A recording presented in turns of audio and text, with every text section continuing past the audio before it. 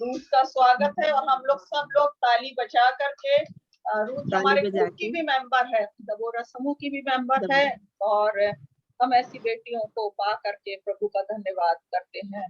और परमेश्वर ने उसके जीवन में जो भी अद्भुत काम किया, ना सिर्फ गवाही लेकिन आज वो वचन को भी हमारे बीच में बांटे। और 2015 में ही हमारी मुलाकात हुई राहुल के साथ शादी होने के कारण, और दबोरा और दबोरा ग्रुप में 16 में ओके। तो इसलिए बहुत जल्दी उसने प्रोग्रेस किया और हमने उसका अवसर दिया कि हमारे साथ जो सब नई बहनें हैं वो उसके द्वारा और भी गवाहियों से, वचन से आशीष रूप का स्वागत। आगे आप सबको जय मसीह की।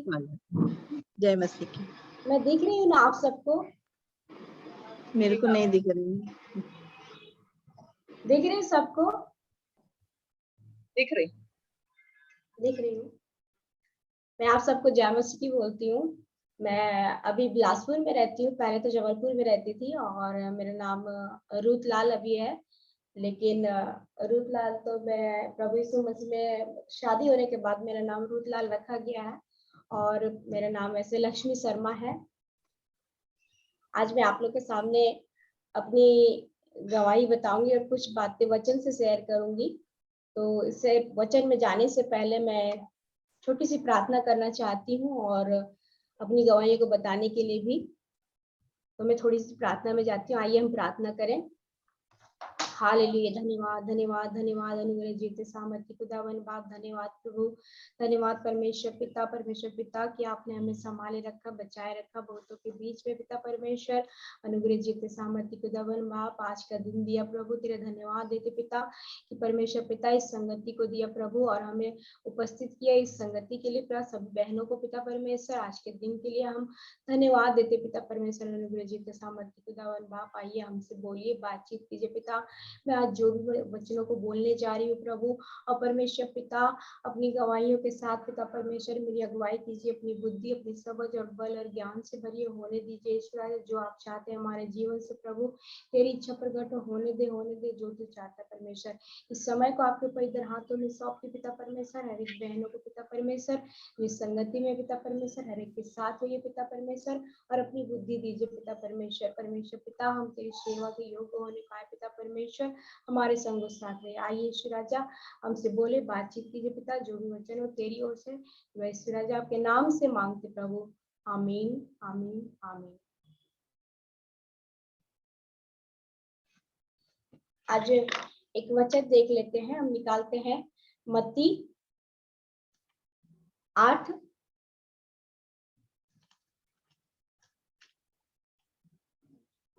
का 28।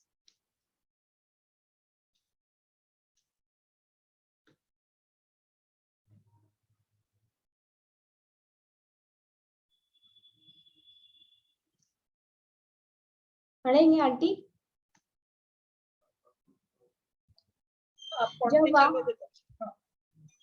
पढ़ू। जब वह उस पार गदरेनियों के देश में पहुंचा तो दो मनुष्य जिसमें दुष्टात्माएं थी कब्रों से निकलते हुए उसे मिले। वे इतने प्रचंड थे कि कोई उस मार्ग से जा नहीं सकता था। उन्होंने चिल्लाकर कहा, हे परमेश्वर के पुत्र, हमारा तुझसे क्या काम? क्या तू समय से पहले हमें दुख देने यहाँ आया है? उनसे कुछ दूर बहुत से सूरों का झुंड चल रहा था, और दुष्ट आत्माओं ने उससे यह कहकर विनती की कि यदि तू हमें निकालता है तो सूरों के झुंड में भेज दे। उसने उससे कहा, जाओ। और वे निकलकर सूरों में बैठ गई, और देखो सारा झुंड कड़ाड़े पर से झपट कर पानी में जा पड़ा और डूब मरा। उनके चरवाहे भागे और नगर में जा करके ये सब बातें और जिनमें दुष्ट आत्माएं थी उनका सारा हाल कह सुनाया। तब सारे नगर के लोग यीशु से भेंट करने को निकल आए और उसे देख करके विनती की कि हमारी सीमा से बाहर चला जा। ये एक व्यक्ति था जिसके अंदर दुष्ट आत्माएं थी, और यहाँ पर एक नहीं 2 मनुष्य थे जिसमें दुष्ट आत्माएं थे। वो कब्रों से निकल करके उसमें क्या जा मिले और वे इतने प्रचंड थे कि कोई उस मार्ग से नहीं जा सकता था। मतलब दुष्ट आत्मा उसके अंदर ऐसी दुष्ट आत्मा थी कि उस मार्ग से कोई गुजर नहीं सकता था। और उन्होंने चिल्ला करके हे परमेश्वर के पुत्र हमारा तुझसे काम क्या, ऐसा यीशु मसीह से कहा। तो दुष्ट आत्माएं उसमें जिस प्रकार यीशु मसीह ने इस वचन में छुटकारा दिया, सच में स्वर्ग और पृथ्वी का अधिकारी सिर्फ प्रभु यीशु मसीह है, जिस तरह वचन में कहता है। और हर चीजें परमेश्वर के बस में है। जिस प्रकार सृष्टि की रचना जब परमेश्वर ने की, सारी चीजों को बनाया उत्पत्ति के अनुसार, हर एक चीजों को उन्होंने रचा, तो उसने मनुष्य को भी बनाया और उसने शैतान को भी बनाया सच में। और प्रभु वचन कहता है कि प्रभु जो मतलब अगर परमेश्वर 20 है तो ये शैतान क्या है 19 है, उससे नीचे है, लेकिन उसके पास ताकत, लेकिन उससे भी बढ़ करके हमारा परमेश्वर है। प्रभु यीशु मसीह ही सर्वशक्तिमान प्रभु है। ये चीज मैंने अपने जीवन में देख लिया। जिस प्रकार इस व्यक्ति को दुष्ट आत्मा लगा था, ये व्यक्ति को, उसी प्रकार में ये सारी गवाहियां बहुत सारे लोगों के जीवन में है। और इसी प्रकार की गवाही मेरे जीवन में भी है। ये कोई मामूली शैतान नहीं था उसके पास, जो इतने सालों से उसके पर लगी हुई थी और इतने प्रचंड थे कि वहां से लोग गुजर नहीं सकते थे। तो ऐसी ऐसी अद्भुत चीजें बहुत लोगों के जीवन में है और परमेश्वर यीशु मसीह ही ऐसी चीजों से उनको छुटकारा दिया और प्रभु ने भी मेरे जीवन में ऐसे छुटकारा दिया। मैं अपने जीवन की बात बताने जा रही हूँ। जब मैं बहुत छोटी थी, करीबन 6-7 साल की होंगी, ज्यादा बड़ी नहीं होंगी मैं। उस समय मैं बहुत ही छोटी थी और पापा मम्मी जो थे, मेरे पापा SCCL बैकुंठपुर में ड्यूटी करते थे उस समय, अभी रिटायर हो गए हैं, शादी के 2016 में वो रिटायर हो गए।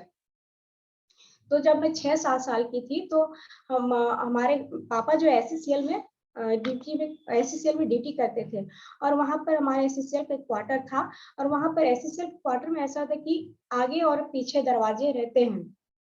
तो बहुत ही गर्मी का मौसम था और हमारे क्वार्टर के जस्ट सामने में एक मट्टी का वो बना हुआ था, रूम बना हुआ था, झोपड़ा जैसा। तो उसमें गर्मी के मौसम में कभी कभी पापा मम्मी और छोटी बेबी को लेकर के वहां पापा सो जाते थे लोग गर्मी से। और हम लोग क्वार्टर में सोते थे, लेकिन वो बाहर से लॉक कर देते थे। तो एक दिन ऐसा हुआ कि ऐसे ही सोए हुए थे, तब आधी रात को तो बेड जो था, एक इधर का जो बेड था उसमें मेरी 2 बहनें सोई थी और इधर मैं और मेरा भाई छोटा था उस समय में सोई थी, क्योंकि हम लोग 5 भाई बहन थे।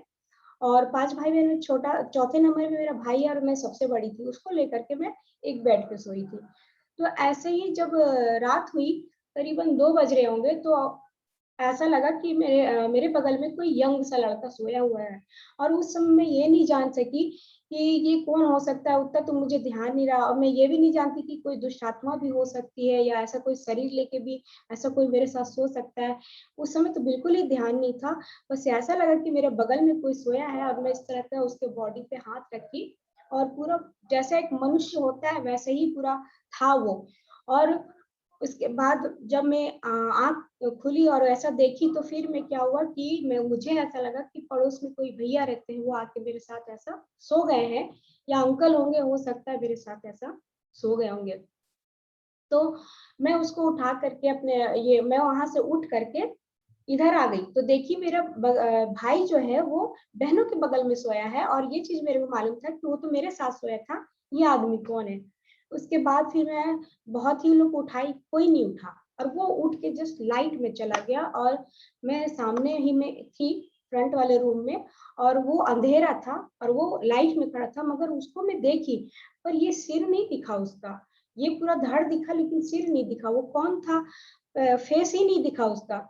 लेकिन हाँ, वो क्या पहना था, कुछ कपड़े पहना था, वो भी हाफ, पूरे नहीं पहने थे, वो अंडर गारमेंट ही पहना था। उसके बाद फिर मैं अपने भाई को बहुत उठाई, कोई नहीं उठा। बहुत लेट होने के बाद फिर उठ गए। फिर हम लोग वहां से आवाज दिए, उठ जाओ ऐसे करके। तो मेरा भाई उठ गया, फिर रोने लग गया। फिर हम लोग बहुत आवाज दिए, तो मम्मी बहुत देर के बाद फिर उठी और फिर लॉक कर दी थी हमको, फिर बाहर से लॉक की थी। वो फिर ताला खोल करके और अंदर आई और फिर सो गई हमारे साथ। जब सुबह हुई तो पीछे का सारा दरवाजा खुला हुआ था, पीछे का सारा दरवाजा खुला हुआ था। तो मम्मी बोली कि तुम लोग रात में उठते हो और पूरा दरवाजा खोल के रख देते हो ऐसे करके। तो मैं बोली कि नहीं मम्मी, दरवाजा हम लोग नहीं खोले हैं। रात में कोई पता नहीं भैया आ गए थे बगल वाले और वो मेरे साथ आके सो गए थे। तो मेरी मम्मी इस बात पे यकीन नहीं की कि ऐसा भी हो सकता है। बोली तुम लोग झूठ बोलते हो, और कुछ नहीं बोली।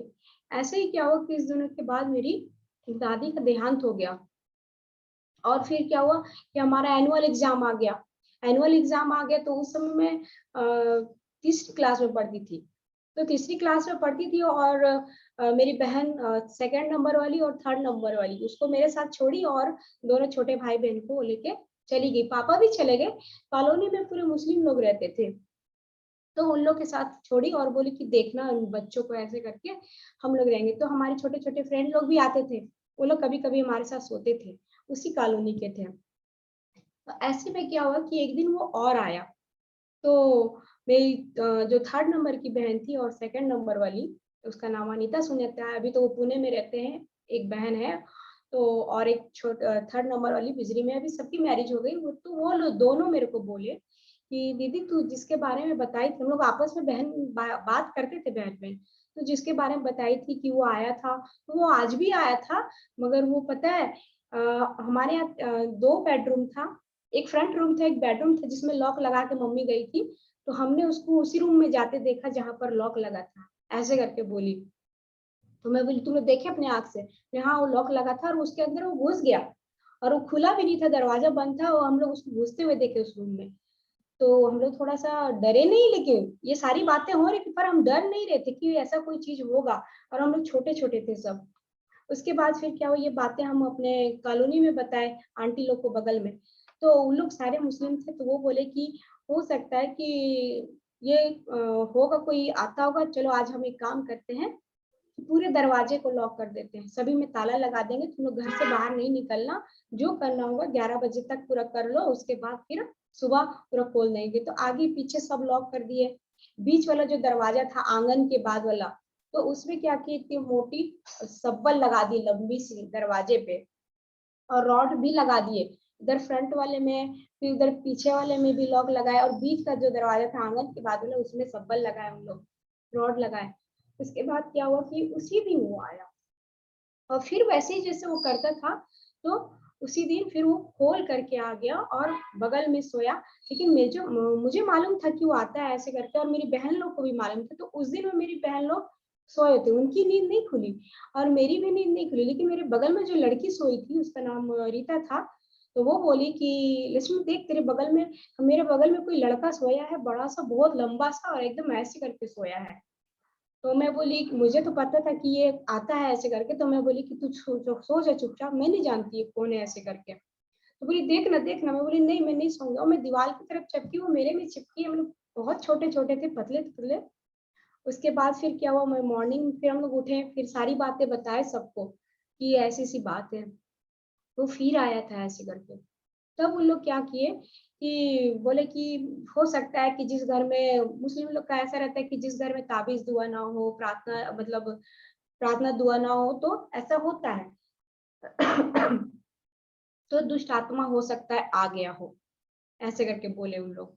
तो हम बोले कि क्या करें अब? तो बोले बच्चे लोग हैं, छोटे छोटे हैं। तो हमारी एक सहेली थी सलमा, तो वो उसकी मम्मी बोली कि तुम लोग मेरे घर में सो जब तक उन लोग नहीं आते, मम्मी पापा लोग।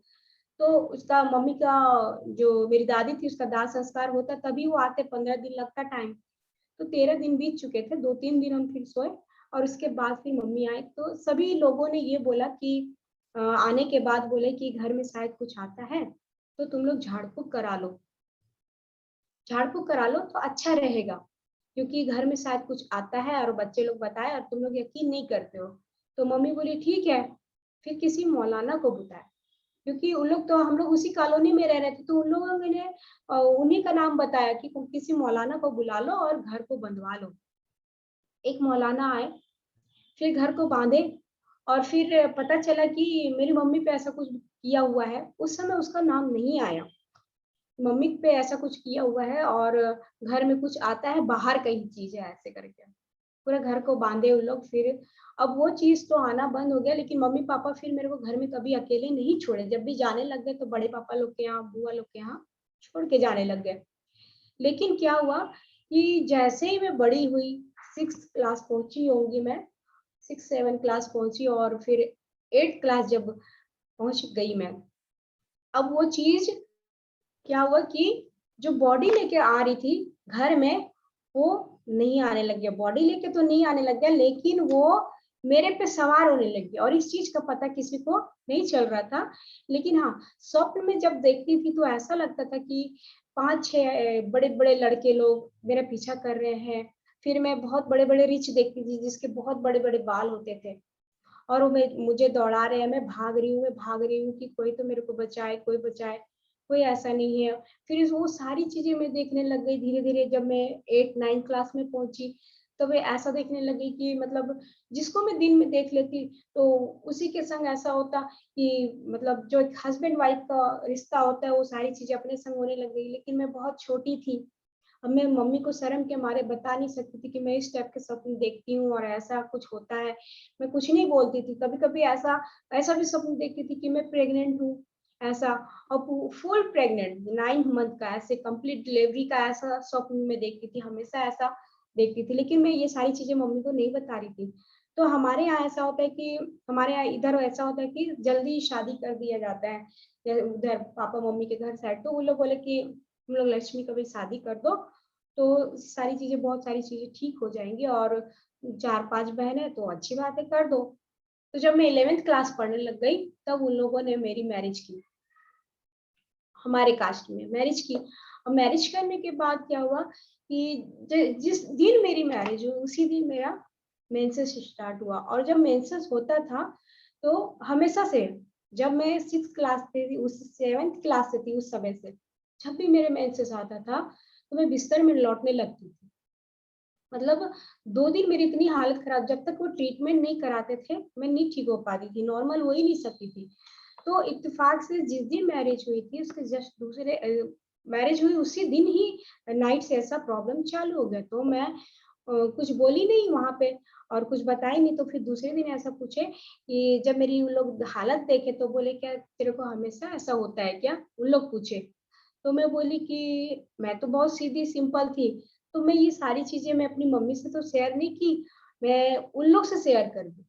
ये जो चीजें मैं भी शेयर कर रही हूँ, एक हम मसीह भाई बहन हैं, हम समझते हैं कि ये क्या चीज है क्या नहीं चीज है और क्यों होता है, आज हम जानते हैं और हमको सब कुछ पता है इसके बारे में। लेकिन वो तो एक अनजान थे, वो तो प्रभु यीशु मसीह को भी नहीं जानते थे। जैसे संसार के लोग हैं वैसे वो सारे लोग थे, और मैंने उनसे शेयर किया।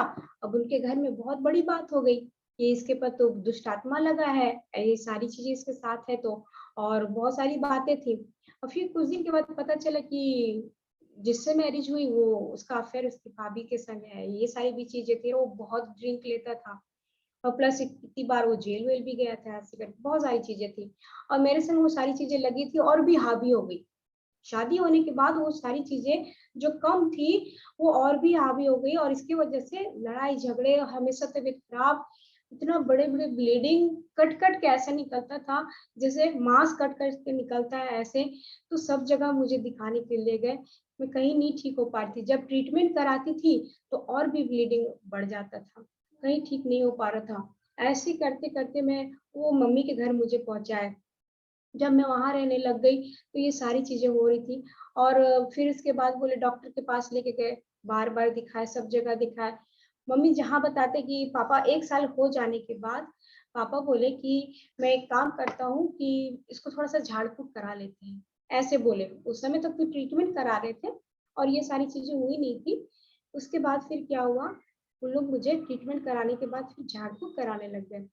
यही बिलासपुर में लुत्रा शरीफ है, और मम्मी यहीं पर लेकर के आई बिलासपुर में कि ये ठीक हो जाएगी। लेकिन मैं यहाँ आती थी ब्लीडिंग की वजह से, मजार नहीं चढ़ सकती थी। लेकिन तभी रोती थी, बहुत रोती थी, और इतना मतलब कि ऐसा हालत हो जाता था कि मैं उठ बैठ नहीं सकती थी। ब्लीडिंग भी ऐसी होती थी कि मेरे को पकड़ के कोई उठाता था तब मैं उठती थी, बाथरूम ले जाते थे, ऐसा इतना हैवी ब्लीडिंग होता था। और मैं बहुत हालत खराब हुई, लेकिन मैं बहुत रोती थी कि कोई है ऐसा जो मेरे को बचाएगा, ऐसा मैं पूछती थी हमेशा। अब तो वहां गई, फिर ऐसी कंटिन्यू लगातार आना जाना, लुत्रा शरीफ हो गया, फिर कचौचा शरीफ लेके गए, सब जगह। हम इतनी सारी ताबीजें गले में बांध ली, अब मैं देखती अपने शकल तो, और वो सारी चीजें हो ही रही थी जो मैं पहले स्वप्न में देख रही थी, वो सारी चीजें हो रही थी, वो ठीक नहीं हुई थी। और इसके अलावा भी इतना तबीयत खराब रहता था, फीवर आना, फिर मलेरिया हो जाना। मलेरिया करीबन 10 साल तक होता रहा मुझे, मतलब हर 6 महीने में आ जाता था। साल भर 6 महीने में मलेरिया आता ही रहता था, वो ठीक ही नहीं होता था। बहुत मेडिसिन खा रही हूँ, कोई फर्क नहीं पड़ता। कभी भी ऐसा होता था कि ठेस लग गई तो मैं गिर गई, धुंधला सा दिखाई देता था। और दिन दिन ठीक रहता था, शाम को चीजें सवार हो जाती थी, दिन में सवार रहती थी। इसके अलावा ये ब्लीडिंग का जो रोग लगा वो मेरे को, तो जब मैं 11th क्लास में जब पढ़ रही थी, तो मेरी 2 फ्रेंड थी। वो लोग, जो सलमा, जो बच्चे मेरे घर सोने आ रहे थे उसी की मम्मी से हम ट्यूशन पढ़ने, उन लोग ट्यूशन पढ़ते थे मेरे घर में, ट्यूशन पढ़ने आते थे। और इसी बीच में बच्चों बच्चों में झगड़ा हुआ, तो उसकी मम्मी आ करके झगड़ा की और हमारे घर में आके झगड़ा की। तब मेरी मम्मी पापा घर में नहीं थे, वो आके झगड़ा किए और बहुत झगड़ा किए। तो मेरा बचपन से ऐसा बिहेव है कि जल्दी से किसी का सुनती नहीं थी कि क्यों मेरे को इतना बोल रहे हैं, मैं तो कुछ नहीं बोलती। और ना ही मुझे लड़ने की आदत है, कोई अगर सुनाता है तो मैं सुन लेती हूँ। लेकिन मैं उस समय बैक एक ही आंसर दी कि अगर आप लोगों को इतना बुरा लगता है तो अपने बच्चे को मेरे घर मत भेजना, ऐसे करके इतना उसको बोल दी। वो लेडी बहुत ही गाली गलौज की और उसके बाद उसने भी ऐसा ही कुछ किया और मेरे पे भेज दिया। तो ऐसे करके ढेर सारी दुष्ट आत्माएं लगी थी। जिस प्रकार वचन में लिखा है कि उससे पूछा गया कौन हो, तो उसने क्या नाम दिया, इसी में मरकुस में बताया गया 5:20 में, लूका के 8:26 में, इसमें दुष्ट आत्मा के बारे में ही बताया गया है। हम निकाल के आप देखिए, पढ़िए, मरकुस 1:20 देखिए और लूका का 8:26 जैसे इसमें दिया गया है।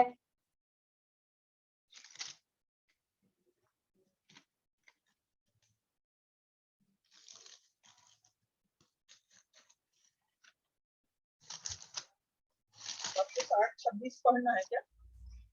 हाँ, उसमें मरकुस का देखिए 5:1-20, 5 का निकाल, हाँ लूका 8, 8:26। हाँ। तब वह चिल्लाकर और उसे बहुत मरोड़कर निकल आई और बालक मरा हुआ सा हो गया, यहाँ तक कि बहुत लोग कहने लगे कि वह मर गया।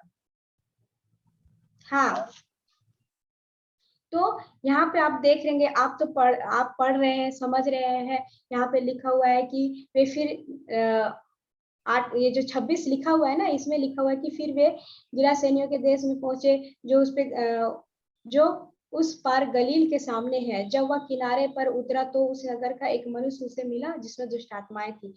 अभी आप जो पढ़ रही थी वचन, उसमें क्या हुआ, दुष्ट आत्मा से मरोड़ के निकल गई।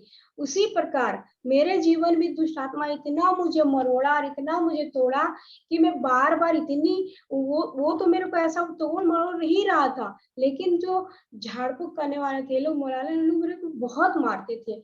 एक मौलाना आया मेरे घर, तो उसने क्या किया कि पूरा ये जो इसमें पूरा हॉल कर दिया था दतवन से, जो स्टिक होती ना दतवन जिससे मुंह धोते हैं, उससे यहाँ पे हॉल कर दिया था। और इतना मारा था कि पूरे पीठ में पूरा उपक गए थे। तो मैं बोलती हूँ वो लोग कितने मूर्ख हैं जो मेरे प्रभु यीशु मसीह को नहीं जानते। मैं याद करती हूँ वो सारी चीजें, तो मुझे इतना दुख होता है कि हे प्रभु, हम आपको जानते हैं, वो नहीं जानते। वो बिल्कुल पाप में पड़े हुए हैं, वो बिल्कुल अंधकार में है। ठीक बोलता है वचन कि मतलब हमारा वचन, हमारा यीशु मसीह सच में ज्योति है, और वो क्या है, पूरा अंधकार में है, वो नष्ट की दुनिया में है। प्रभु, मैं कभी कभी सोचती हूँ कि प्रभु तू कैसे उनको निकालेगा, उस अंधकार की शक्ति से तू कैसे निकालेगा, क्योंकि परमेश्वर का वचन तो बोलता है ना, प्रभु बोलता है वचन में ऐसा बोला है कि मैं अपने जीवन की सौगंध खाता हूँ कि हर एक घुटना मेरे सामने झुकेगा, ऐसा बोला है। मैं यही वचन को मैं हमेशा स्मरण करते रहती हूँ और मैं बोलती हूँ कि प्रभु तू कैसे उन लोगों को बाहर निकालेगा। कि मैं देखती हूँ ये सारी चीजें मेरे जीवन में हुई, मैं टीवी देखती हूँ, मीडिया में बहुत सारे ऐसा न्यूज भी आता है, मैं सुनती भी हूँ, मैं इतनी चिंतित होती, प्रभु तू कैसे इन लोगों को बाहर निकालेगा। और मेरे जीवन में ऐसा है, मैं उनके लिए हमेशा प्रार्थना करती हूँ और प्रार्थना में रखती हूँ उनके लिए कि जो भी ऐसे बस में है, जो भी वो सारे बाहर निकले। तो ऐसे ही मेरे जीवन में ऐसी सी परेशानियां हुई और उसके बाद फिर मुझे इतना डर लगता था, इतना डर लगता था कि आज जिस तरह छोटा बच्चा है जिसे उबैद मम्मी मम्मी करके पीछे पीछे घूमता है और मेरे बगैर वो सो नहीं सकता, कहीं जा नहीं सकता, मम्मी के बगैर रह नहीं सकता, उस तरह मैं 30 साल के एज तक अपनी मम्मी के साथ रही हूँ, 30 साल तक, 29 साल तक मैं वैसे ही थी अपनी मम्मी के साथ। मैं मम्मी के अपने पीछे पीछे घूमती थी कि मम्मी जहाँ भी जाना उसी के साथ जाना, उसी के साथ सोना, ऐसा सोती थी। एक तरफ मेरे पापा यंग होने के बाद भी मैं 20 साल की हूँ, 23 साल से पूरा जो 18-19 साल के एज से ले करके पूरा मैं जब तक मैं प्रभु यीशु मसीह में नहीं आई तब तक मैं मम्मी पापा को ले करके सोई। एक तरफ पापा सोते थे, एक तरफ मम्मी सोते थे, ऐसी स्थिति थी। और मैं इतना डरती थी कि मैं रात में भी बाथरूम दिन दिन में भी नहीं जा सकती थी। ऐसी स्थिति थी कि मैं दिन में घर में अकेले नहीं रह सकती थी, क्योंकि मुझे बहुत तरह तरह की आवाजें आती थी। और ऐसा लगता था मैं आंगने में बैठी हूँ तो ऐसा लग रहा है बेडरूम में कोई है, वो सारी चीजें हो रही है। अगर मैं बेडरूम में बैठी हूँ तो ऐसा लगता था किचन रूम में कोई काम कर रहा है, वहां जाके देखो तो सारी सामान सब अच्छा रखा हुआ है, मैं और मेरी मम्मी सुन भी रहे कि कोई रोटी बना रहा है, कोई बर्तन धो रहा है, ऐसी सारी चीजें हो रही है। तो मैं मम्मी बोलती थी, लेकिन प्रभु का मैं बहुत धन्यवाद देती हूँ कि ऐसे माँ बाप उसने दिए। मम्मी बहुत ऐसी थी कि वो डरती नहीं थी, बोली तू मेरे को दिख, तू कौन है, मैं तेरे को काट डालूंगी, ऐसे मम्मी हिम्मत से बोलती थी। मैं बोलती हूँ कि प्रभु सच में, प्रभु मालूम मैं इन सारी चीजों के लिए जो मेरे जीवन में दुख आया, मैं प्रभु को नहीं बोलूंगी कि प्रभु ने क्यों किया, मैं उनसे क्वेश्चन भी नहीं करूंगी, मैं बोलूंगी मैं प्रभु तेरा धन्यवाद देती हूँ, मैं धन्यवाद देती हूँ। क्योंकि अगर वो चीजें मेरे जीवन में नहीं आती तो आज मैं यहाँ तक नहीं होती, आज मेरा रिश्ता प्रभु से नहीं होता जो रिश्ता आज मेरा और प्रभु यीशु मसीह का है। क्योंकि उसने मुझे यहाँ तक बचाया कि मैं अगर यहाँ सोचती हूँ तो वो चीजें होती है, मैं यहाँ सोचती हूँ वो चीजें होती है। और प्रभु मुझे यहाँ तक बिठाया कि मेरे को आज लाइव में सब कोई देखते, पूरा इंडिया देखता है जब मैं यहाँ पे बैठती हूँ। ये प्रभु की आशीष है कि उसने मुझे इस योग बनाया। अगर मेरे जीवन में दुख नहीं आता तो मैं प्रभु के पास नहीं होती, क्योंकि पौलुस भी वचन में बोलता है जब भी मैं निर्बल होता हूँ तभी मैं बलवंत होता हूँ, ऐसा पौलुस बोलता है वचन में। तो उसी प्रकार सच में हमारे जीवन में जो दुख आते हैं तब हम प्रभु के पास आते हैं। तो उसी प्रकार प्रभु ने मेरे जीवन में अद्भुत रीति से कार्य किया। और फिर इसके बाद भी पूरा उस समय तक तो चंगाई नहीं मिली, सब जगह झाड़ फूक कराए, कछोचा शरीफ लेके गए। कोई अगर बोलता था कि यहाँ पर चले जाओ तो पापा मम्मी, अच्छा हुआ कि पापा एसएससीएल में थे। प्रभु ने इतने जीवन में क्या है, एक अगर भारी दुख है मेरे जीवन में तो सब चीज में प्रभु सुख देता है। मैं परमेश्वर का इन सारी बातों के लिए धन्यवाद देती हूँ कि वो ऐसे एबल थे और मुझे ले लेके जा रहे थे, लेकिन मैं छुटकारा नहीं पाई थी। और इसके बाद भी मैं सोची किससे मैं छुटकारा पाऊँ, कि कोई है मेरे को कि इन सारी चीजों से छुटकारा दे। मैं बहुत रोती थी, बहुत रोती थी। प्लस ऐसा शादी भी हो गया था, ये सारा बोझ था मेरे अंदर। और मैं उस समय 18-19 साल की थी और ये सारी चीजें मेरे दिमाग में इतना, मतलब मैं इतना टेंशन में थी कि दुनिया में इतने सारे लोग मरते हैं तो मैं क्यों नहीं मर जाती, मैं क्यों नहीं मर जाती। मैं ये बात मैं ना मम्मी के सामने बोल नहीं सकती थी, क्योंकि वो मेरे को देख करके वो ऐसे ही बहुत ही टेंशन में थी और बहुत ही रोती थी कि मेरी बेटी का मैंने जिंदगी बर्बाद की शादी करके, प्लस इसके जीवन में ऐसा हो गया, ये कैसे हो गया। वो ऐसे ही रोती थी, लेकिन मैं वो सारी बातें पड़ोस की भाभीियों के पास में शेयर करती थी, बाथरूम में जाके रोती थी। मैं उनके सामने बेडरूम में भी रो के नहीं रो सकती थी। ऐसा मेरा हालत था कि मैं जाके कोना में अलग कोई जगह में अकेले जहाँ सुनसान कोई नहीं, वहां जा जाके खूब रोती थी। और उस समय मैं ऊपर वाले से बात करती थी कि मैं अगर आज तू मेरे पास होता, हे परमेश्वर तू कौन है, तू मेरे पास होता तो मैं पूछती कि तूने ऐसी जिंदगी मुझे क्यों दी। सबको, इतने सारे लोगों को ले जाता, तू मेरे को ले जा, क्यों ले जाता है इतने सारे लोगों को, मेरे को ले जा। लेकिन मैं इस जीवन में जिंदा नहीं रहना चाहती, मैं जीना ही नहीं चाहती, क्योंकि एक एक दिन मेरा एक एक युग के बराबर बीत रहा था। एक दिन बीतता था तो लगता हाँ एक दिन बीत रहा था, क्योंकि वो सारी चीजें दिन भर सवार होने लग गई थी मेरे ऊपर। और प्लस ब्लीडिंग, फीवर, डर के मारे। और ऐसे आप सोचिए कि मैं बोलती हूँ कि हर चीज मेरे मेरे जीवन में प्रभु की योजना थी। और वैसे में मैं पूरा एमए कंप्लीट कर डाली, तड़पती हुई फीवर से मैं एग्जाम देने गई और पूरा एमए कंप्लीट कर डाली। मैं रहती थी बैकुंठपुर में, चर्चा कॉलोनी में रहती थी। वहां से मैं ट्रेन पकड़ के एग्जाम देने के लिए मैं अंबिकापुर जाती थी और फिर एग्जाम दे करके आती थी। और फीवर है, तड़प रही हूँ, मेडिसिन खा के जा रही हूँ, मेडिसिन भी रिएक्शन हो जाता था ऐसा, लेकिन तो भी मैं पूरा कंप्लीट कर लिया। वहां से आने के बाद जब मैं ग्रेजुएशन कंप्लीट कर ली, 2023-24 की बात है, 4-5 की, 2004-5 की बात है। तो मम्मी बोली कि मेरी बेटी घर में बैठे रहती है, बहुत टेंशन में है, मैं क्या करूं। तो उसको मैं एक काम करती हूँ कि बच्चे लोग के साथ भेज देती हूँ मैं, वो पढ़ाएगी लिखाएगी। तो ठीक रहेगा, बच्चों को, छोटे बच्चों को पढ़ाएगी तो बहुत अच्छा रहेगा। तो मैं चली गई। तो मैं 7 से 11 तक जाती थी, 11:30 तक पढ़ाने के लिए। और फिर जब मैं वहां से लौटती थी तो घर के काम वाम करती थी। उसके बाद शाम जैसे को होता और वो सारी चीजें मेरे पे चढ़ के बैठ जाती, कभी हंसना कभी रोना। इतना गुस्सा आता था कि मैं मम्मी को भी हाथ उठा देती थी ऐसे। अब पापा पे भी एकदम बहुत घूर के देखती थी, सभी कोई मेरे को अच्छे ही नहीं लगते थे। उसके बाद क्या हुआ कि ऐसे ही दिन बीत रहे थे। उन्होंने बहुत जगह झाड़ फूक कराया। तो ऐसे में मैं बोली कि मेरी बहनों का जब रिश्ता लगने लग गया तो मैं मम्मी बोली कि मेरी पहली बेटी का तो कुछ अच्छा है ही नहीं, जब तक इसका शादी नहीं होगा तब तक मैं दूसरों का नहीं करूंगी, क्योंकि शादी इम्पोर्टेंस देते थे हमारे में। अब तो ऐसा नहीं, मम्मी बहुत चेंज हो गई। तो मैं बोली मेरी वजह से किसी को मत रोकना, अगर रिश्ता लगता है तो कर देना ऐसे करके। तो मेरी मंजली और 3rd नंबर वाली बहन, वो दोनों का एक ही साथ मैरिज कर दिए। उसके बाद फिर क्या हुआ कि घर में हम 2 बहनें बचे। बाद में मेरा भाई फिर पुणे चला गया पढ़ने के लिए। हमारा भाई भी जो हमारे साथ रहता था वो भी नहीं थे। छोटी वाली जो गुड़िया थी, ये दुष्ट आत्मा का काम होता है कि घर में वो कैसा कार्य करता है, वो हमारे साथ रह के कितना भारी नुकसान किया। पहले तो मेरे पापा मम्मी, जब दोनों बहनों की मैरिज हुई उसके बाद फिर उन लोग तो ससुराल चले गए। और उसके बाद मेरे भाई भी जो था उसको मम्मी भेज दी।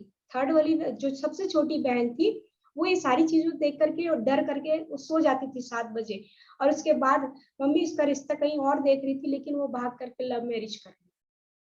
वो टेंशन और आ गया, इधर का मेरा टेंशन था, उसका भी टेंशन था। ये सारी चीजें मैं भी सोच के और टेंशन हो गई। मेरे संग जो बीत रहा था वो सारी चीजें, फिर मेरी बहन ने ऐसा हरकत किया, वो सारी चीजें, बहुत ही मतलब टेंशन में जिंदगी जा रहा था। लेकिन मैं ना, अब मैं सोचती थी कि इन सारी चीजों से मेरे को छुटकारा कौन दिलाएगा। मैं उस समय मैं नहीं जानती थी कि प्रभु यीशु मसीह है, ये सारी चीजें दिमाग में भी बिल्कुल नहीं आई। लेकिन वचन के अनुसार मैं बोलूंगी, सच में प्रभु का बोलता है कि धीरज, हमारे वचन में सबसे मेन आत्मा के 9 फल में है धीरज। और धीरज जो जिंदगी में, और समय बहुत ही पाबंद है जो परमेश्वर ने हर एक लोगों के लिए ठहराया, वो मेरे लिए ही ठहराया है। मैं बोलूंगी क्योंकि सच में मैं धीरज धरी, लेकिन बहुत रो रो के, प्रभु तू कहाँ है। और वो समय आया लेकिन बहुत लेट से आया। तो देखिए फिर उसके बाद क्या हुआ, ये सारी चीजें चली थी। और झाड़ फूक कराने के चक्कर से ऐसे ही सब जगह ले जाते थे। लेकिन ऐसे ऐसे दुष्ट लोग मिले, ऐसे दुष्ट लोग मिले कि उसने झाड़ फूक कराने वाले ऐसे मोल बिल मिलाने लोग मिले जो जिसने मुझे नाश भी कर दिया। अब ये सारी जब चीजें हो गई, जब मेरे संग गलत काम हो गया, झाड़ फूक के दौरान ऐसा मेरे संग हो गया, ये सारी चीजें इतना मेरे दिमाग को इतना टेंशन में डाल दी कि मैं पूरे डिप्रेशन में चली गई।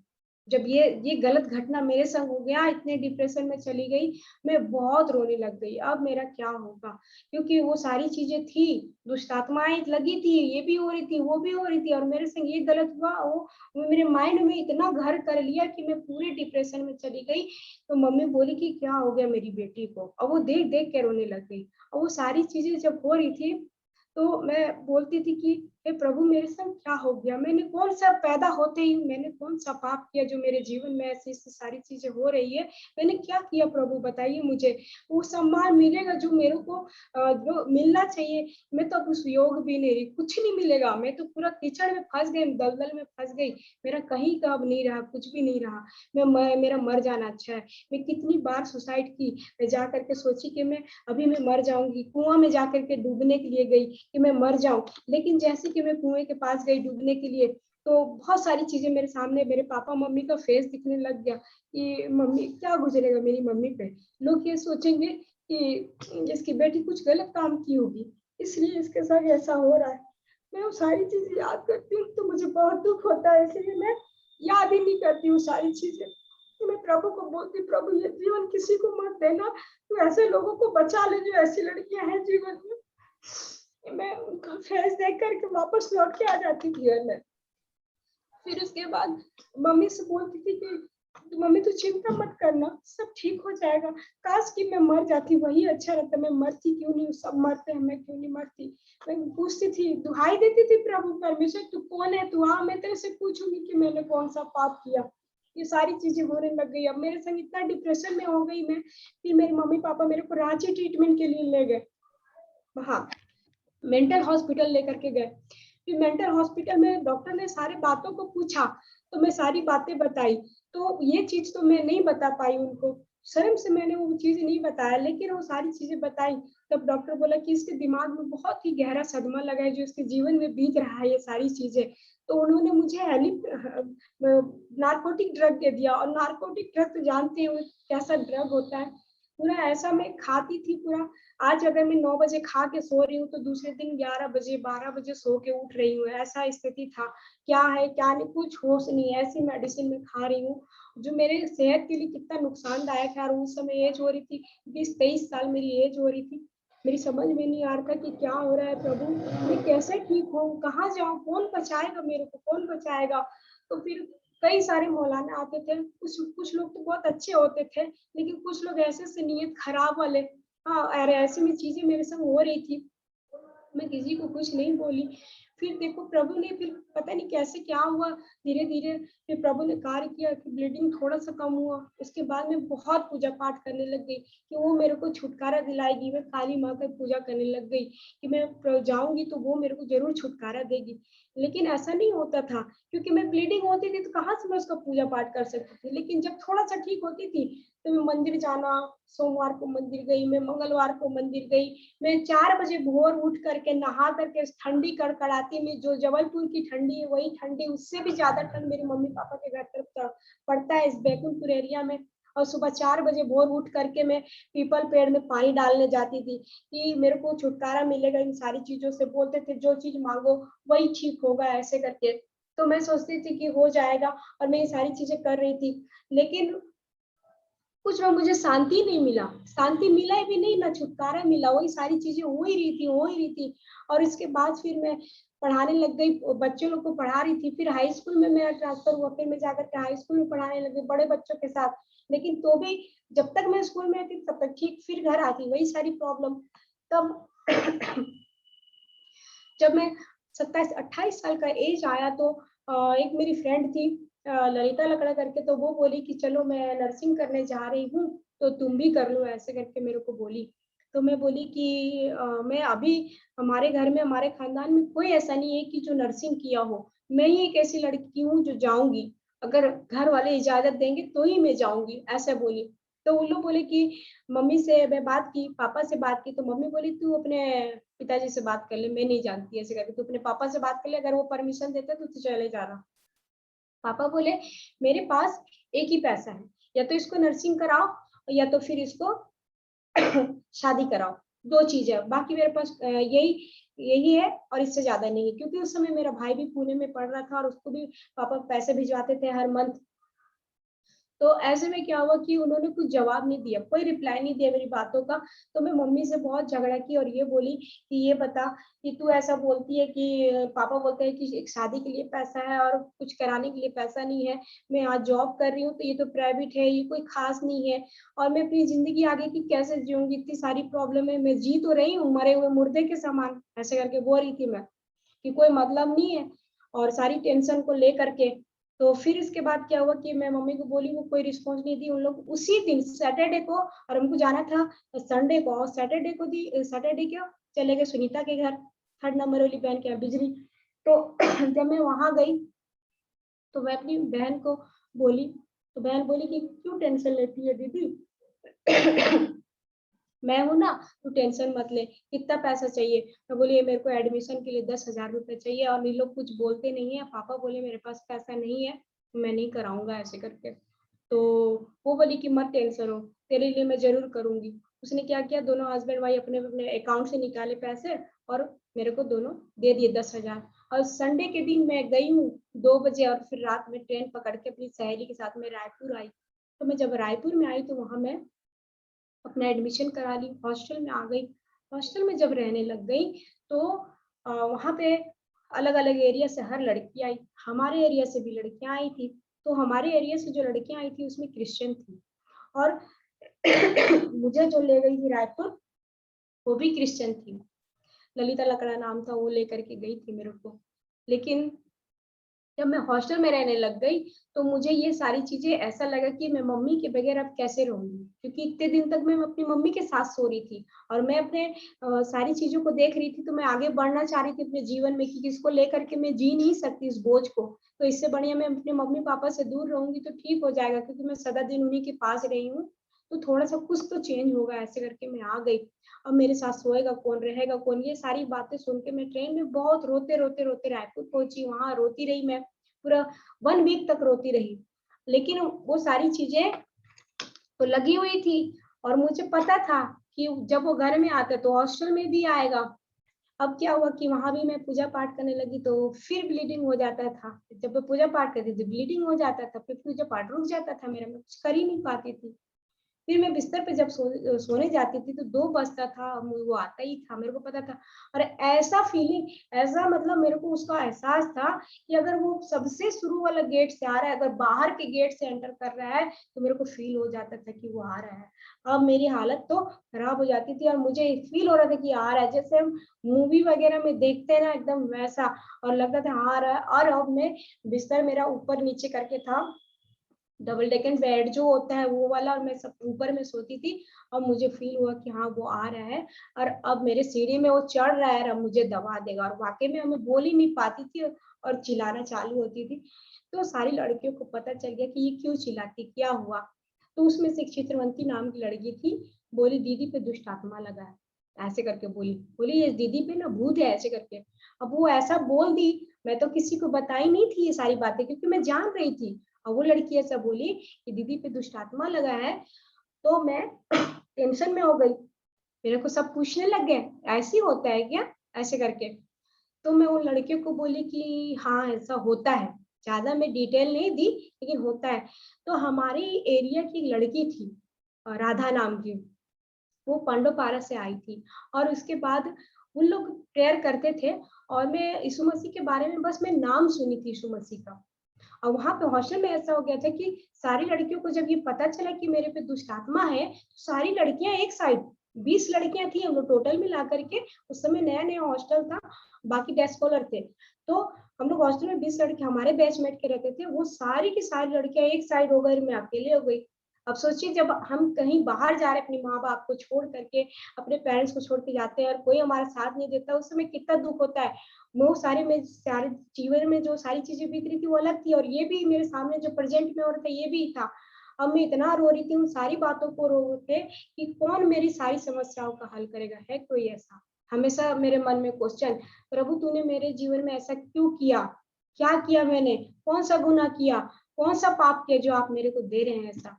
हमेशा मेरे मन में क्वेश्चन था और बहुत सारे सवाल थे जो प्रभु कौन देगा मेरे सवालों का जवाब, ऐसे करके काश तू आ नीचे, मैं पूछूंगी। हमेशा बोलती थी तू कौन है प्रभु, आ तू मेरे नीचे, तू नीचे आ, मैं पूछूंगी कि मैंने कौन सा पाप किया, मेरे माँ बाप ने कौन सा पाप किया। मैं बचपन से अपने जीवन को देख रही हूँ, मैंने कौन सा पाप किया जो तू मेरी इतनी सारी सजाएं मेरे को दे रहा है। ये सारी बातें थी मेरे जीवन में, मैं बोल रही थी प्रभु को। तब परमेश्वर, मैं बोलती हूँ कि सच में मेरी शायद सुना इन सारी बातों को। मैं करीबन 13 साल तक ये सारे क्वेश्चन मेरे मन में थे, जब से मैं होश संभाली थी और ये सारी चीजों को देख रही थी। मैं सारी चीजों को करीबन में 6 साल की एज से लेकर के पूरा 30 साल की एज तक पूरा झेली सारी चीजों को। आप सोचिए कितना लंबा मैं झेली हूँ, पूरा 25 साल हो गया होगा मैं ये सारी चीजें हो गया। और उसके बाद फिर क्या हुआ कि लड़कियां बैठी थी प्रेयर करने के लिए, तो मैं वही मेरी जो बैचमेट थी तो वही सुना रही थी यीशु मसीह की क्रूस की कथा बताई। और मैं यीशु मसीह के बारे में सिर्फ इतना जानती थी कि वो ईसाइयों का भगवान है। मैं हिस्ट्री में पढ़ी थी थोड़ा सा, हर एक जो रहते हैं नबी के बारे में दिया रहता है, तो मैं उन्हीं के बारे में भी पढ़ी थी, यीशु मसीह के बारे में, उनके कि वो बैतलहम में पैदा हुआ था और ईसाइयों को भगवान है, यीशु मसीह है, बस इतनी मैं जानती थी और कुछ नहीं। और मुझे ईसाई लोग से घिन भी आती थी कि लोग साफ सुथरे नहीं रहते, लोग बिना नहाए धोए चर्च चले जाते हैं। ये सारी भी चीजें थी। मेरी अपनी बहन से बोलती थी, क्योंकि मेरी बहन जो लव मैरिज की वो साउथ इंडियन लड़के से शादी की और उन लोग वैसे ही रहते थे, तो मैं बोली कि वो लोग ऐसे ही रहते हैं, उनको भी दोस्ती थी मैं। लेकिन सच में प्रभु मालूम सब कैसे मन बदल देता है, ये चीज मैं आज में देखती हूँ। और उन सारे सवालों का जो जवाब जो मेरे मन में इतने उठे थे बचपन से लेकर के उस समय तक, प्रभु में आने तक का, उन हर एक का जवाब आज मैं जानती हूँ, हर एक का जवाब आज प्रभु ने मुझे बाइबल के द्वारा सब कुछ दे दिया। इसलिए बोलता है ना वचन कि तू जमाने का, मैं बोलती हूँ कि जमाने का व्यक्ति कितनों भी ज्ञान की किताबें पढ़ ले, हर एक वचन पढ़ ले, हर एक ग्रंथ का, लेकिन अगर वो बाइबल नहीं पढ़ा तो वो अनपढ़ है। बाइबल नहीं पढ़ा तो अनपढ़ है, उसको ज्ञान नहीं है। अगर वो बाइबल पढ़ा है तो ही उसको ज्ञान है, क्योंकि जो बाइबल पढ़ के जो ज्ञान लेता है उसका जीवन ही अलग रहता है, वो अलग ही दिखता है इस सोसाइटी में। इसलिए ठीक बोलता है कि तुम इस संसार के नहीं हो। वचन बोलता है कि तुम इस संसार के नहीं हो। वाकई में अगर वचन अगर पढ़ लेंगे और वो जिस व्यक्ति के जीवन में जाएगा, वाकई में वो व्यक्ति संसार से नहीं मेल खाएगा, क्योंकि वो बिल्कुल मरा हुआ है, प्रभु में अपना जीवन जी रहा है। और वाकई में ये एकदम अलग कर देता है हमारे जीवन को। तो मैं बोलती हूँ कि सच में प्रभु ने मेरी प्रार्थनाओं को उस समय सुना, और पता है वो खुद से अपने भक्तों के द्वारा वो दिन दिया मेरे को। इतने दिनों के बाद समय ठहराया, मेरे जीवन में बहुत लेट से आया प्रभु।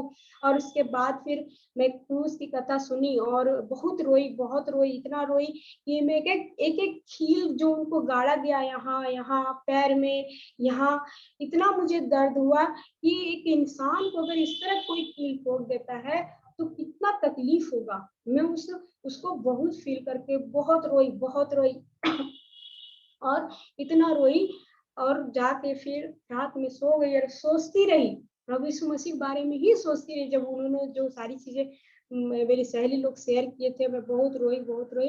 और दूसरे दिन जब मैं कॉलेज से आई 4 बजे, हॉस्पिटल से आई और बेड पे सो गई। उसके बाद फिर क्या हुआ कि 6 बजे जब शाम, तो लोग डेली शाम को प्रेयर करते थे और उसके बाद वो वहां पे प्रार्थना करते थे, वचन भी बोलते थे, लेकिन मैं सुनती थी, जाके ऐसी बैठ जाती थी, लेकिन उतना वो नहीं लगाई थी। लेकिन क्रूस की कथा जब मैं सुनी, उसके दूसरे दिन ही जब मैं सो के उठी 6 बजे, तो मुझे लगा कि सच में वो दिन था जो प्रभु यीशु मसीह मुझे लेने के लिए आया।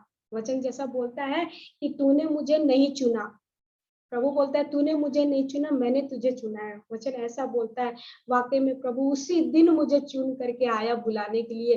प्रभु बुलाता है, और उस दिन प्रभु का आत्मा ही था, पवित्र आत्मा, कि उसने मुझे एकदम ऐसे आया मेरे, जिस तरह उस दुष्ट आत्मा का मेरे को फील हो रहा था, तब प्रभु की आत्मा एक इतनी अच्छी सुंदर सी और कुछ अलग सा एहसास था, क्योंकि मेरे को उन सारी दुष्ट आत्माओं का एहसास था जो मेरे संग हो रहे थे, लेकिन इसका जो था कुछ अलग था। तभी वो प्रभु यीशु मसीह का आत्मा था और वो मुझे लेने के लिए आया। उसी प्रकार वो सीढ़ी में चढ़ा और ऐसे बोला चलो प्रार्थना में, ऐसे करके।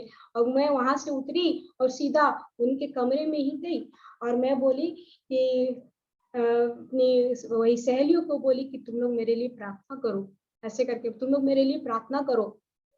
तो वो बोली कि दीदी आपको प्रार्थना बहुत अच्छा लगता है, ऐसे करके। तो मैं बोली कि हाँ मुझे प्रार्थना बहुत अच्छा लगता है, तुम लोग यीशु मसीह के बारे में बोलो, मुझे बहुत अच्छा लगता है, ऐसे करके बोली। फिर इसके बाद बोली आइए बैठिए, ऐसे करके मैं बैठी। फिर वो लोग प्रेयर किए, प्रार्थना दुआ करने लगे, मैं कंटिन्यू प्रार्थना में बैठने लग गई, एक भी दिन में मिस नहीं की, और डेली जा जाके बैठी। तो उस लड़की को पता था कि दीदी पे दुष्ट आत्मा है। ऐसे ही एक बार क्या हुआ था कि हमको कुछ प्रोजेक्ट बनाना था, हम सब प्रोजेक्ट बना रहे थे और सारी लड़कियां बना रही थी, तो 12 बज गया था, और उन सारी लड़कियों में अपना प्रोजेक्ट में सबसे पहले बनाई थी, और जाके मैं सो गई 10 बजे ही सो गई थी, और उनको 12-1 बज रहे थे। 12 जब बजा रात, तो बहुत तेज में चिल्लाई 12 बजे रात को, इतना तेज चिल्ला के उठ गई और बैठ गई, और बाल पूरे ऐसे खुले, और अपने बेड में मैं ऊपर। और संगीता नाम की एक लड़की थी, वो आके देखी, बोली देखो दीदी पे पता नहीं भूत सवार है, ऐसे करके आके बोली, पता नहीं उनको क्या हो गया है, देखो उनके ऊपर भूत सवार है, ऐसे करके। अब सारी लड़कियां दूर से ही झांकी और डर के मारे सब चली गई दूसरे कमरे में। वो पूरा मतलब बहुत बड़ा सा हॉल का कमरा था, 3 BHK का घर था वो सब भाग गए।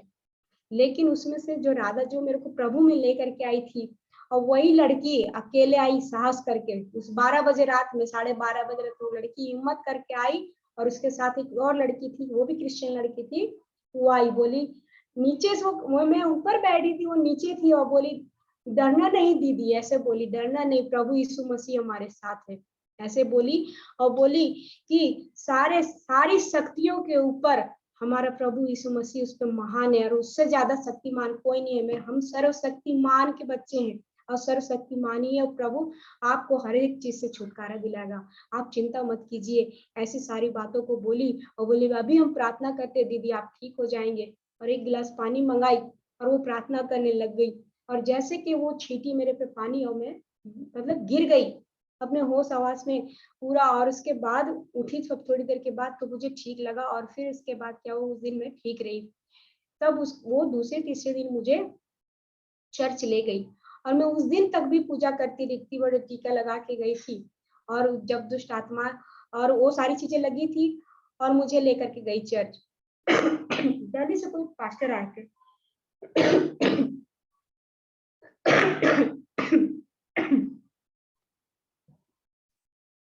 दिल्ली से कोई पास्टर आए थे जो चंगाई प्रार्थना कर रहे थे। जब चंगाई प्रार्थना कर रहे थे तो मुझे ऐसा लगा, जब सब कोई हाथ उठाए सब प्रेयर करने लगे तो मैं भी प्रार्थना करने लगी। मुझे उस समय कुछ नहीं आता था, बाइबल का उत्पत्ति से मैं थोड़ा सा कुछ पढ़ी थी, स्वर्ग पृथ्वी को किसने बनाया ऐसे ही। तो ऐसा लगा कि किसी ने आके मुझे मारा बहुत तेजी से, और ऐसी दिखाई नहीं दिया और मैं गिर गई वही जमीन में, और इतना लौटने लग गई, अपने होश आवास खो बैठी, पूरा जमीन में लौटने लग गई। और ऐसा लगा किसी ने मुझे आग लगा दिया, और आग दिख नहीं रहा है और मेरा बॉडी जल रहा है ऐसा। अब पूरा मैं लौटने लग गई, सब मिल के मेरे लिए प्रार्थना करने लग गए, मेरे पे बेडशीट डालने लग गए। और उसके बाद में इतना लौटी, इतना रोई कि कोई बचाओ, कोई है मेरे को बचाओ बचाओ बचाओ, बहुत चिल्लाने लग गई, मैं बहुत चिल्लाई। इसके बाद फिर लोग सब मिल के प्रार्थना किए। फिर पास्टर जी बोले कि ठीक हो जाएगा, ऐसे करके वो भी प्रार्थना किए। यीशु के नाम में सच में इतना सामर्थ है, मैं पहली बार उस दिन में देखी कि सच में प्रभु हमारा सही में यीशु मसीह इतना सामर्थी है कि उसने मुझे उसी दिन छुटकारा दिया। और उस फिर पास्टर ने बोला कि तुम डरना नहीं, प्रभु यीशु मसीह तुम्हारे साथ है, ये सर्वशक्तिमान प्रभु है और सारी शक्तियां इसके नीचे हैं, और सब सारी दुनिया में राज करने वाला है, स्वर्ग और पृथ्वी का अधिकारी है, पूरा ब्रह्मांड इसके हाथ में, ऐसे करके तुम डरना नहीं सिस्टर। और उसने मुझे तेल और पानी दे, मुझे जाकर के बिस्तर में लगाना और तुम उसको पीना, रूम में छींटना। लेकिन उन्होंने जो ऐसा दिया मैंने वैसा किया। लेकिन फिर वो लड़की बोली मुझे कि दीदी आप इतना ताबीज जो बांधे हो, प्रभु यीशु मसीह को ये शरीर, ये प्राण और आत्मा सौंप दो, आप सिर्फ सौंप दो। आप सोच रहे हो कि ये मेरे को लेके चल रहा है, ये भी आप इसको नहीं रख सकते, आप इसको हटाओ। अब प्रभु यीशु मसीह से जाके अकेले में बात करो, प्रभु आएगा आपके पास। जब प्रभु का आत्मा आप पे उतरेगा ना, तो शरीर प्राण आत्मा सब सौंपो, प्रभु आपके साथ है, इसको फेंक दो। और मैंने चांदी से भरी हुई, सोने से भरी हुई सारी ताबीजें निकाल के पूरी फेंक दी। वो इतनी टंगी हुई थी मेरे गले में, और वो सारी फेंक दी, कमर में भी लगा था, वो सारी फेंक दी। और उस दिन से मैं प्रार्थना दुआ में आई और मैं प्रेयर करने लगी, जैसे जैसे बाइबल पढ़ने लगी, प्रार्थना दुआ करने लगी, मेरे जीवन में प्रभु का आशीष आने लग गया। और मैं कॉलेज की प्रेसिडेंट बन गई, कॉलेज की प्रेसिडेंट हो गई। और उसके बाद हर क्लास में मैं टॉपर लिस्ट में मेरा नाम आया, हर क्लास में टॉपर लिस्ट में नाम आया। और जैसे ही मैं नर्सिंग कंप्लीट की, आज मैंने नर्सिंग कंप्लीट किया, दूसरे दिन मुझे जॉब के लिए मैं इंटरव्यू देने के लिए गई। और वो छत्तीसगढ़ का Ram Krishna care hospital number 1 hospital है, जिसको NABH नेशनैलिटी मिला हुआ है, उसमें मैं इंटरव्यू देने के लिए गई। वहाँ BSc नर्सिंग के लोग थे, मैं स्टाफ नर्स का ट्रेनिंग करके गई थी। वो लोग सबका इंटरव्यू हुआ, मेरा भी इंटरव्यू हुआ, और रिटर्न में भी हुआ। तो रिटर्न में मेरे बहुत कम नंबर आए, तो मुझे लगा शायद मुझे नहीं लेंगे ये लोग। लेकिन मैं जब इंटरव्यू ले रहे थे तो उसमें मैं 1-2 क्वेश्चन का मैं आंसर नहीं दे पाई, बाकी सब दी। लेकिन जो उसने मुझे देखा और बोला कि ठीक है मैडम, अगर मैं बोलूंगा कि ठीक है आपका सिलेक्शन हो गया, आप कब आएंगे ऐसे करके जॉब करने के लिए, मैं बोली कि मैं 2 दिन बाद आ जाऊंगी। हाँ, तो बोले कि सच में, तो ठीक है आपको हम शाम को बताते हैं, आइए ऐसे करके। जब मैं गई तो वहां देखी तो वो सारी लड़कियां चली गई और मेरा सिलेक्शन हो गया। मैं प्रभु का धन्यवाद देती हूँ कि उसने मेरे कैसे सीढ़ी पे सीढ़ी चलाया, मेरे जीवन में कैसे आशीषों को भरा धीरे धीरे करके। उसके बाद फिर मैं जॉब में लग गई। और फिर मैं, अब ये सारी चीजें तो हो रही थी, लेकिन मेरी मम्मी को जो टेंशन था कि मेरी बेटी से कौन शादी करेगा, ये सारी चीजें थी, वो सारी शादी के लिए भी प्रार्थना रखा गया। अब क्या हुआ कि मैं हॉस्टल में तो अपनी फ्रेंड लोग के साथ मिल करके प्रेयर करी थी। अब मेरे को ये टेंशन हुआ कि आज मैं प्रभु में हूँ, राधा है, क्योंकि मैं हिंदू फैमिली से हूँ, पता नहीं अगर मेरे ये प्रेयर पार्टनर लोग चले जाएंगे तो मैं प्रभु में कैसे आगे बढ़ूंगी, कौन मेरे को आगे बढ़ाएगा। मुझे ये समय ये नहीं पता था कि प्रभु ही बढ़ाने वाला है। उतना बाइबल पढ़ती नहीं थी, थोड़ा थोड़ा रूटीन में पढ़ना होता था। तो मैं बोली कि अरे ये कैसे होगा, मैं कैसे आगे बढ़ूंगी, कौन बढ़ाएगा। मैं प्रार्थना करने लग गई, प्रभु मुझे ऐसा लाइफ पार्टनर दे कि जो आपका भक्त हो और मुझे लेकर के चले और मैं उनके साथ मिल करके काम करूं। ऐसे मुझे लोग देना कि मैं आगे आपके कामों को कर सकूं। मैं कैसे करूंगी प्रभु, मुझे बुद्धि दे। ये सारी चीजों को मैं प्रार्थना में रख दी और शादी के लिए भी प्रार्थना में रखी। और ये सारी चीजें होने के बाद फिर जब मैं मम्मी के घर गई तो मम्मी लोग देख के बहुत खुश हो गए कि मेरी बेटी तो ठीक हो गई, बहुत ठीक हो गई। पापा से बोली कि मैं तो यही चाहती थी कि तुम पहले ही भेज दो तो ये ठीक हो जाती, थोड़ा माइंड जगह चेंज होने से इसका माइंड ठीक हो जाता, और यही देखो हो गया। तो मैं बोली ऐसा नहीं है मम्मा, ऐसा ये ऐसा इसलिए हुआ है क्योंकि मेरे जीवन में मेरे को ठीक करने वाला प्रभु यीशु मसीह है और उसने मुझे ठीक किया है। ये जो जीवन दिया है वो मेरे को प्रभु यीशु मसीह दिया। और तुम लोग को मैं बता दूं, तुम लोग जो पूजा पाठ करते हो, मैंने उस समय मैं वचन बहुत कम पढ़ती थी क्योंकि टाइम नहीं मिलता था ड्यूटी के ड्यूरिंग, और ट्रेनिंग में कहाँ उतना वचन मैं पढ़ पाती कि मैं बोलती। लेकिन प्रभु का जो विश्वास देखी थी, मैं बोली कि तुम लोग जो पूजा करते हो वो मालूम दुष्टात्मा है, साफ बोली में दुष्टात्मा है ऐसे करके, वो इब्लिस है, वो परमेश्वर नहीं है, परमेश्वर यीशु मसीह है, तुम लोग उसको मानो, ऐसे करके मैं बोलती थी। तो वो लोग बोले कि नहीं ऐसा नहीं है, देखते। तो फिर मैं उनको धीरे धीरे प्रेयर करना सिखाई और उन लोग को प्रेयर में मैं ले आई, प्रार्थना में आज उन लोग प्रार्थना दुआ करने लग गए। लेकिन फिर क्या हुआ, जब मेरे भाई की मैरिज हुई इसके बाद उसने, मेरी बहू ने धर्मांतरण केस हमारे पर लगा दिया और मेरे पे लगाया कि ये आकर के धर्म परिवर्तन कर रही है, हिंदुओं को बढ़ा रही है, ऐसे करके केस किया। और वो भी वो दोनों पति पत्नी में झगड़ा पर केस हमारे पे की। इसके बाद से वो सारे लोग फिर गए, लेकिन मैं तो प्रभु यीशु मसीह में थी और मेरी मैरिज हो चुकी। उसके बाद की बात है ये। फिर इसके बाद ये उस समय की बात थी होने के बाद।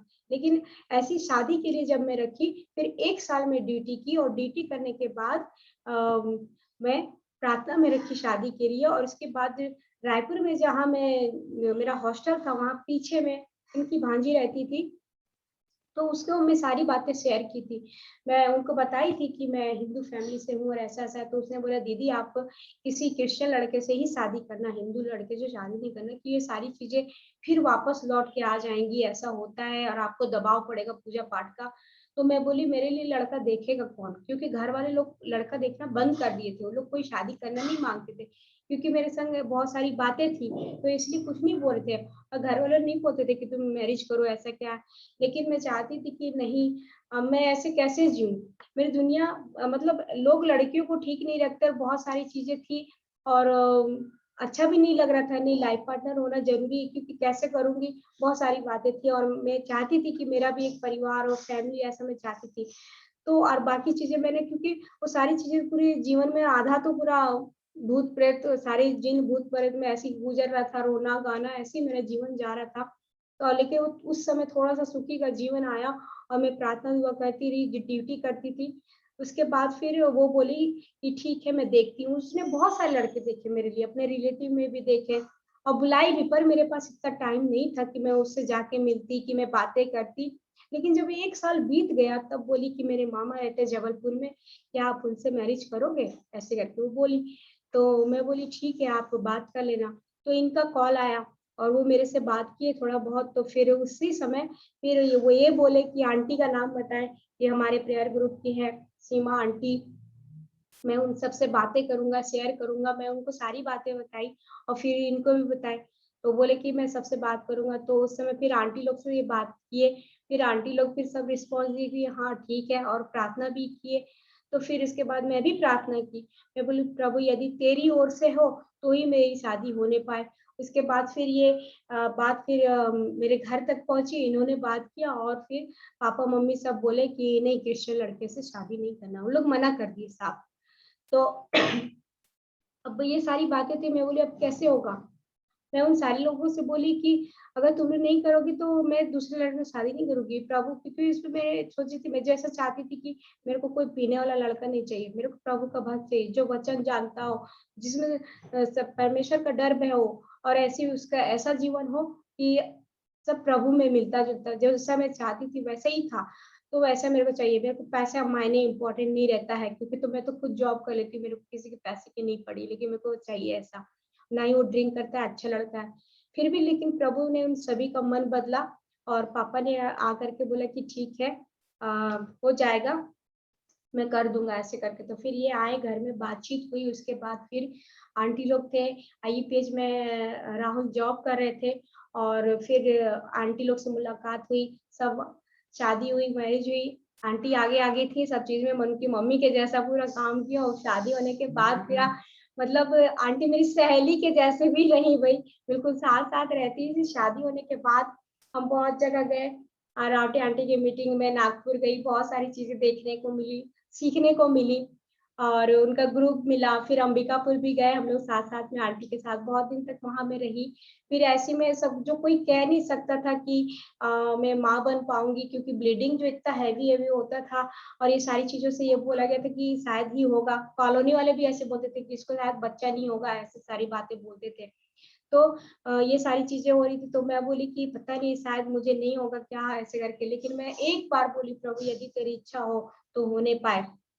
तो वाकई में मैं शादी के जाने के बाद 2 महीने में डीटी की, फिर वहां से रिजाइन देके आई। मैं आंटी को बोली, आंटी मैं नहीं रहना चाहती जब बिलासपुर में, मुझे अच्छा नहीं लगता। तो आंटी बोली, अरे 1 साल तो कंप्लीट कर ले।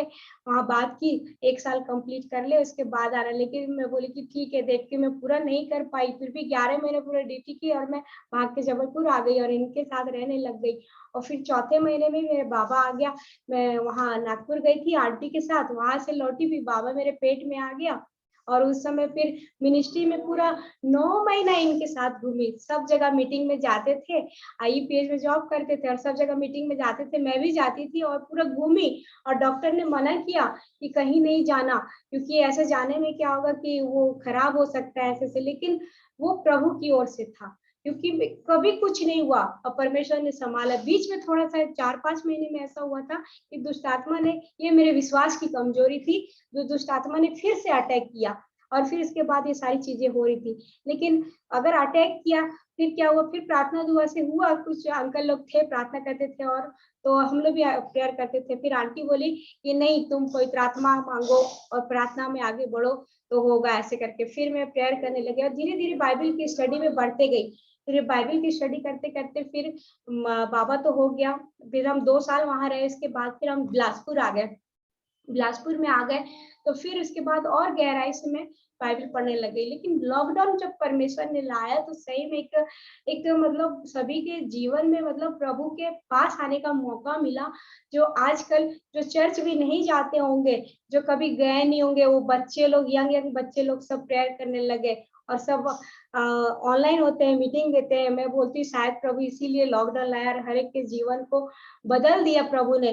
जो पहले था वो वैसा नहीं है, बहुत सारी चीजें बदल गई है प्रभु। तो हम बोलते हैं कि इसलिए कि हर एक का मन बदल जाए, हम भी यही चाहते हैं और हम प्रार्थना में आते हैं। और हमारे जीवन में इतनी सारी गवाहियां होने के बाद भी बीच में एक बार ऐसा भी हुआ था 2014 के समय, कि मेरे हाथ ये लेफ्ट हैंड पूरा टूट गया था। और फिर इसके बाद इसमें भी ऑपरेशन हुआ। उस समय मैं बहुत दुखी में थी कि कैसे होगा प्रभु, मेरे संग इतनी सारी समस्याएं हैं और ये सारी चीजें हैं।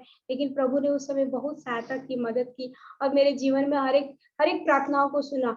मैं अभी भी शॉर्ट कर दूंगी क्योंकि टाइम भी होते जा रहा है। अगर मैं लिखूंगी, लिखना चाहती तो एक बुक बन जाएगा मेरी टेस्टमनी की पूरी गवाही का, क्योंकि उसने मेरे जीवन में इतनी अद्भुत रीति से काम हुआ है। एक बार बीच में 2011 की बात बता रही, मेरे मम्मी पापा को डेंगू हो गया था और चर्चा कॉलोनी में बहुत सारे लोग मर गए थे। उसमें 19-20 लोग मर गए थे डेंगू से, और मेरे मम्मी पापा दोनों को डेंगू हो गया था। फिर इसके बाद में वहां जाकर के उनको अपोलो में एडमिट कराई, उसके लिए भी प्रार्थना में रखवाई। और प्रभु ने फिर मेरे मम्मी पापा सबको चंगाई दिया और बचाया, संभाला। तो मैं बोलती हूँ कि प्रभु ने सच में मेरे जीवन को बदल डाला। और उसके बाद मैं चाहती थी कि प्रभु मैं आपके वचनों को कैसे मैं दूसरों तक पहुंचाऊं। मुझसे बोलिए, बातचीत कीजिए, अपने वचन का प्रकाशन दीजिए। और लॉकडाउन के समय में इतनी बाइबल की स्टडी की, प्रार्थना की, और प्रभु से मैं मांगी, प्रभु मेरी मदद कीजिए। और सच में प्रभु यीशु मसीह ने मुझे प्रकाशन दिया और वचन के ज्ञान से भरा, दान से भरा और वरदान से भरा। और मैंने बोला कि प्रभु मेरा तेरा रिश्ता होने पाया, और मुझे अपने वचनों को बताइए कि कैसे मैं बोलूं। और वाकई में प्रभु मेरे जीवन में ये सारी चीजों को दिया और आज मुझे यहाँ तक लाया। मैं इन सारी बातों के लिए मैं परमेश्वर का धन्यवाद देती हूँ। और जैसे वचन बोलता है मत्ती का 28 में कि तुम जाओ जिस तरह एक छोटी सी आज्ञा दिया है, तुम दुनिया के छोर छोर तक जाओगे, परमेश्वर का वचन बोलता है। और प्रभु यीशु मसीह बोलता है, मत्ती का 28 में बोला है, निकाल के देखिए आप, बोलता है कि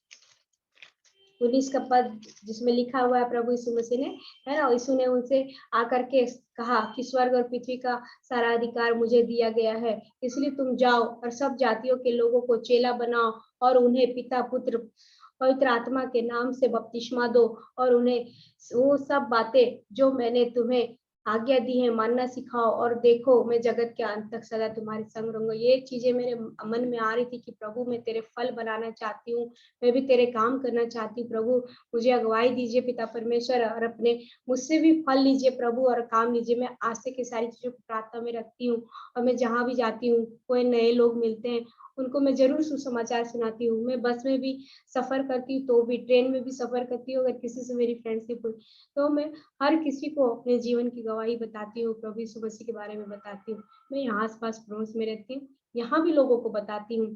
अब मैं तो प्रार्थना करती हूँ प्रभु, क्योंकि मनों को बदलने वाला तू है, मेरा काम है सुसमाचार सुनाना, आपके बारे में बताना। लेकिन परमेश्वर ही है जो लोगों के मन को बदलेगा, तो हमें सबके लिए प्रार्थना करना चाहिए। मैं परमेश्वर का धन्यवाद देती हूँ, क्योंकि परमेश्वर के भक्तों के लिए सब बातें मिल करके भलाई को उत्पन्न करती है। वैसे ही मेरे जीवन में इतने सारे जो दुख आए, मुसीबतें आई, मेरे जीवन में जो बीमारियां आई, परेशानियां आई, वो सारी चीजें सच में मैं बोलती कि परमेश्वर जैसा वचन में बोलता है कि परमेश्वर के भक्तों के लिए सब बातें मिलकर भलाई को उत्पन्न करती है। वाकई में वो सारी चीजें मेरे लिए सब मिल करके सब भलाई की बातें हुई। आज मैं प्रभु में हूँ और प्रभु के नाम से मुझे जानते हैं, ये चीज मुझे बहुत अच्छा लगता है। मैं प्रार्थना करती हूँ प्रभु कि तेरा जिस तरह तेरा चाल चले प्रभु हमारा भी हो वैसे ही, और प्रभु जो तू चाहता है मेरे जीवन में वो सारी चीजें होने पाए। मैं मेरी नहीं परंतु तेरी इच्छा पूरी हो। प्रभु तू क्या चाहता है, आंटी भी हमेशा बोलती थी, आंटी की तुम ये बोलना कि प्रभु तेरी क्या इच्छा है, तेरी क्या इच्छा है, ऐसे करके प्रार्थना में हमेशा आंटी बोलती थी ऐसे बोला करना। लेकिन सही में वाकई में प्रभु की मैं बोलती हूँ, आज बोलती हूँ सही है। जैसे उस समय तो मैं सुनती थी, लेकिन वाकई में बोलती हाँ प्रभु, आज जानती थी सच में प्रभु तेरी क्या इच्छा है, जो तू चाहता है वही हमारे जीवन में होने पाए। और हम चाहते हैं हमारे ही नहीं प्रभु, तू सभी के मन को बदल, अपनी अनुग्रह उन लोग तोड़े जो नहीं जानता है। मैं आज कंटिन्यू प्रार्थना में रहती हूँ कि मैं प्रभु को पाई। मैं जानती हूँ मेरे माँ बाप भी जाने, मेरे भाई बहन भी जाने। मैं स्वर्ग जाना चाहती हूँ, मैं चाहती कि वो लोग भी जाए, मेरे घर वाले लोग बदले। मैं चाहती हूँ कि मेरे आसपास पड़ोस वाले लोग बदले, हर एक को बताना चाहती, मैं बताती भी हूँ। लेकिन प्रभु तू ही जानता है, सभी को मनो को तू ही तैयार कर सकता है। प्रभु की इच्छा सब कुछ प्रभु के वश में है, प्रभु के हाथ में है। हम जब बाइबल पढ़ते हैं, बहुत अच्छे से गहराई से स्टडी करते हैं, तब ऐसा लगता है कि प्रभु सच में मुझसे बोल रहा है, बातचीत कर रहा है। तो मैं चाहती हूँ कि प्रभु हमेशा कंटिन्यू प्रार्थना करती हूँ, और आप लोग भी प्रार्थना करते होंगे। और मेरा तो अलग रहता है कि मैं सोचती हूँ कि पता नहीं प्रभु तू मेरे जीवन में इतना अद्भुत रीति से कार्य किया, हर एक के जीवन में कार्य कर, हर एक के जीवन में गवाही दे। जितने इतने ये सारी जो लोग हैं पिता परमेश्वर, इनको कैसे बदलेंगे, एक बोझ सा लगता है, ये लोग कैसे बदलेंगे प्रभु, तू ही इनके हृदय को बदलने वाला है। तो मैं सारी बातों के लिए मैं धन्यवाद देती हूँ, और प्रभु ने ये उस वचन को और गवाही को जो मैं शेयर की और अगुवाई की, मैं प्रभु का धन्यवाद देती हूँ। और मैं प्रार्थना करती हूँ छोटी सी। आंटी प्रार्थना करें। Thank you Jesus, hallelujah. मेरा मन कर रहा है वो गीत गाने का, जब से प्यारा यीशु आया मेरा जीवन बदल गया। हालेलुया। इस जहां की गंदगी से उसने मुझे छुड़ाया, मेरा जीवन बदल गया। रात काली बीत गई है, हुआ सवेरा, सचमुच में उसने दाम देकर उसने खरीदा। आइए हम इस गवाही के लिए धन्यवाद करें, इस बहन को बचाने के लिए हम धन्यवाद करें सारी बहन, क्योंकि हमारा परमेश्वर उस गंदगी में से, उस कीच में से, उस असंभवताओं में से निकाल करके चट्टान पर खड़ा करने वाला यीशु नाम है। हालेलुया। जब से प्यारा यीशु आया मेरा जीवन बदल गया जब से मैंने उसे है पाया। मेरा जीवन बदल गया जब से प्यारा यीशु आया। मेरा जीवन बदल गया। मुझे खरीदा है मसीह ने खून देकर, मैं हूँ उसका, मेरा न कोई सिवाय उसके। पुत्र ने है पिता से मिलाया, पुत्र ने है पिता से मिलाया। मेरा जीवन बदल गया जब से प्यारा यीशु आया। मेरा जीवन, सब अपने अपने जीवन के लिए धन्यवाद करें और ये कहे प्रभु से, मैं उसे है पाया। मेरा जीवन बदल गया। रात काली बीत गई है, हुआ सवेरा।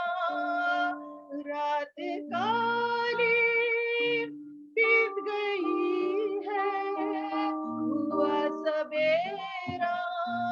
सुबह का तारा देखो चमका, यीशु मेरा। इसलिए मैंने ये गीत गाया। हालेलुया, गाइए। इसलिए मैंने ये गीत गाया। मेरा जीवन बदल गया जब से प्यारा यीशु आया। मेरा जीवन बदल गया। What a testimony. हम सब के ये गवाही हो जाए, हम सब की यही गवाही है कि जब से यीशु मेरे जीवन में आया, हमने उसके द्वारा जो नया जीवन पाया है। सारी रात जो काली थी, जो घटाए थी, जो तूफान थे, सबको मेरे प्रभु ने मिटा करके एक अनंत जीवन के लिए अपनी बेटी को अपना हीरा, अपना कीमती नाम दे करके, मैंने जैसे डाला लक्ष्मी नाम था, और वहां से उसने रूथ बनाया, वो आशीष का स्रोत बनाया, राहुल से जोड़ा, और आज उनका बच्चा बोआज है। हालेलुया। प्रभु ऐसे आत्मिक घरानों को तैयार करता है, परमेश्वर की महिमा होने पाए। आइए हम मिल करके थोड़ी देर धन्यवाद करें। आइए हम मिल करके ऐसे जवान बेटे और बेटियों के लिए प्रार्थना करें। और यदि आप किसी ऐसे जन को चाहते हो, जानते हो, जो परेशानियों में है, कोई दिक्कतों में है, तो क्यों ना हम उनके लिए भी प्रार्थना करें। जबकि हम ये मैं ना पूरा परिवार के लिए विनती कर रहे हैं, आंसू बहा रहे हैं, उपवास और प्रार्थना में कि एक एक परिवार का सदस्य, मैं और मेरा घराना उद्धार पाए। हम रूथ के परिवार को भी प्रभु में मांगे। हर दिन जब हम 11:30 से हमारी बहनें 1:30 बजे तक आज सुबह प्रार्थना करती, और हम सब मिल करके परमेश्वर से मांग रहे हैं। परमेश्वर अद्भुत वचनों को रोज दे रहा है, अद्भुत तरीके से बातचीत कर रहा है। निश्चय बहुत सी प्रॉब्लम्स भी है, लेकिन परमेश्वर हमें जीवन से बढ़कर कर रहा है, क्योंकि सिर्फ एक ही नाम, यीशु नाम के से छुटकारा और शांति और अनंत जीवन मिल रहा है। हालेलुया। रूथ, आप करना चाहती या हम लोग प्रार्थना करें? हालेलुया। हाँ, मैं छोटी सी प्रार्थना करती हूँ। Yes, hallelujah. Thank you, Lord. Hallelujah. Thank you, Jesus. Worship you, इस Lord. लॉकडाउन में एक और भी बात कहना चाहती हूँ कि इस लॉकडाउन में हमको बहुत परेशानी हुई, लेकिन प्रभु ने फिर भी आशीषों से भरा और किसी चीज की कमी नहीं दी हमको। खाने पहनने रहने से हम बहुत अच्छे से रहे और सुखी से रहे, और प्रभु ने हम तीनों को इतना संभाल के रखा कि हमारी किसी की तबीयत खराब नहीं हुई। हम बीच में कहीं कहीं गए मिनिस्ट्री में मीटिंग लेने के लिए जाते हैं, लेकिन प्रभु ने सही में संभाला और हम बहुत अच्छे से रहे। यहाँ तक कि कोरोना पेशेंट का व्यक्ति मेरे घर में आके बोलता है कि 10 दिन पहले मुझे कोरोना हुआ था और उसको फीवर था, और उस समय आके हमारे सामने बैठा है मेरे घर में और वो ऐसा बोला। हमारे फूफा ससुर को कोरोना हो गया था और राहुल उनको छोड़ करके आए हॉस्पिटल, और वो पूरे पॉजिटिव थे, दूसरे दिन रिपोर्ट में आया, लेकिन प्रभु ने तब भी हम सभी को बचा के रखा। सही में प्रभु बहुत महान है। मैं ये नहीं बोलती कि बहुत सारे लोग चले गए, सब कुछ प्रभु की इच्छा से होता है इस धरती पर, सब कुछ उनका बनाया हुआ है, लेकिन प्रभु ने सच में हमें उस चीज से, हमारे बगल से, हमारे साथ में कोरोना का पेशेंट था, लेकिन सच में हमको बीमारी नहीं छुआ और प्रभु ने हमें बचाया, संभाला। तो प्रभु के हाथ में ही सब कुछ, अगर वो चाहेगा तो हमको रखेगा, वो चाहेगा तो हमको ले जाएगा। अगर किसी को होता है तो मैं वो नहीं बोलती, मजाक नहीं उड़ाती। हाँ, प्रभु जीवन में परीक्षाएं आती हैं, लेकिन जब हम प्रभु के पास जाते हैं तो वो सारी समस्याएं हमारे जीवन से दूर हो जाती है और प्रभु हमको निकाल लेता है। क्या होता है कि जब हम सुख सुविधाओं में जीतते हैं तो बहुत सारे ऐसे लोग होते हैं जो प्रभु से थोड़ा दूर हो जाते हैं, लेकिन जैसे कि हमारे जीवन में दुख मुसीबतें आती है और हम उसके सामने जाके गिड़गिड़ाने लगते हैं और प्रभु हमारे उसी समय सुनता है हमारी प्रार्थनाओं को। तो जीवन में अगर दुख आता है तो हमें घबराना नहीं चाहिए, सच में प्रार्थना करने हम उसी समय जाते हैं और ऐसा महसूस होता है उस समय परमेश्वर ही हमारे साथ रहता है। तो सबसे ज्यादा सुखी जीवन कौन हुआ? जो एक मसीह भरा जीवन जी रहा है। तो इसका मतलब नहीं सुख सुविधा नहीं, अगर हमको किसी चीज में हमारा संतोष भरा जीवन ही बहुत बड़ी बात है। और अगर हमको दुख होता है तो हमको परमेश्वर के पास जाने का मौका मिलता है, वही पिता सबसे अधिक निस्वार्थ प्रेम करने वाला सिर्फ परमेश्वर है और उससे ज्यादा हमको कोई प्यार नहीं करता। इन सारी चीजों को मैं हर घड़ी फील करती कि प्रभु मेरे साथ है, प्रभु मेरे साथ है, और हर चीजों का वो इंतजाम करता है, हर चीजों का। मैं चाहती हूँ कि प्रभु तू हमेशा मेरे साथ रह जब तक मैं जिंदा रहूं। और मैं चाहती हूँ कि प्रभु जी, जो लोग अभी तक मन नहीं बदले वो भी मन बदले और हमारे परमेश्वर पिता को जाने। आइए हम प्रार्थना करते हैं।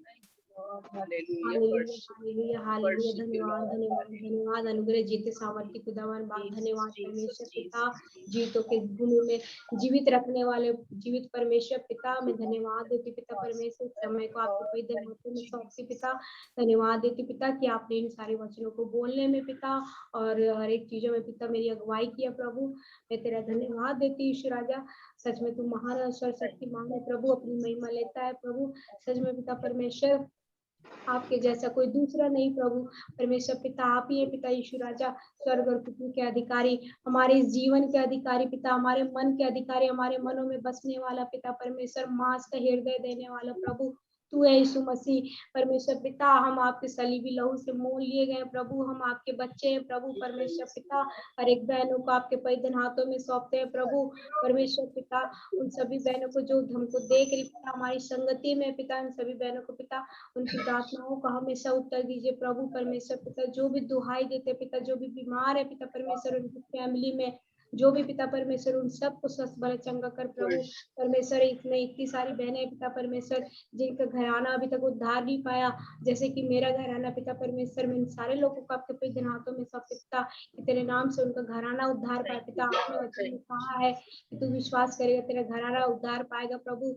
तो उनके जीवन में उद्धार दीजिए प्रभु परमेश्वर। हर एक के जीवन को बदल डालिए पिता परमेश्वर। और पिता परमेश्वर हम आपकी सेवा के लिए पिता परमेश्वर उठे हैं सभी बहने पिता परमेश्वर, तू हर एक के जीवन में कार्य कर पिता परमेश्वर प्रभु। सभी को फल दीजिए प्रभु परमेश्वर पिता, और उनके हर एक कार्यों में सहायता कीजिए, मदद कीजिए, अगुवाई कीजिए पिता। आंटी को आपके पवित्र हाथों में सौंपते पिता परमेश्वर, उनकी मिनिस्ट्री को बढ़ाई पिता, उनकी सेवा को बढ़ाई प्रभु परमेश्वर पिता। हमारे संग साथ रही पिता परमेश्वर, सभी को अपनी बुद्धि अपनी समझ और अकल से भरिए पिता, और अपनी आत्मा की अगुवाई में सबको चलाइए प्रभु।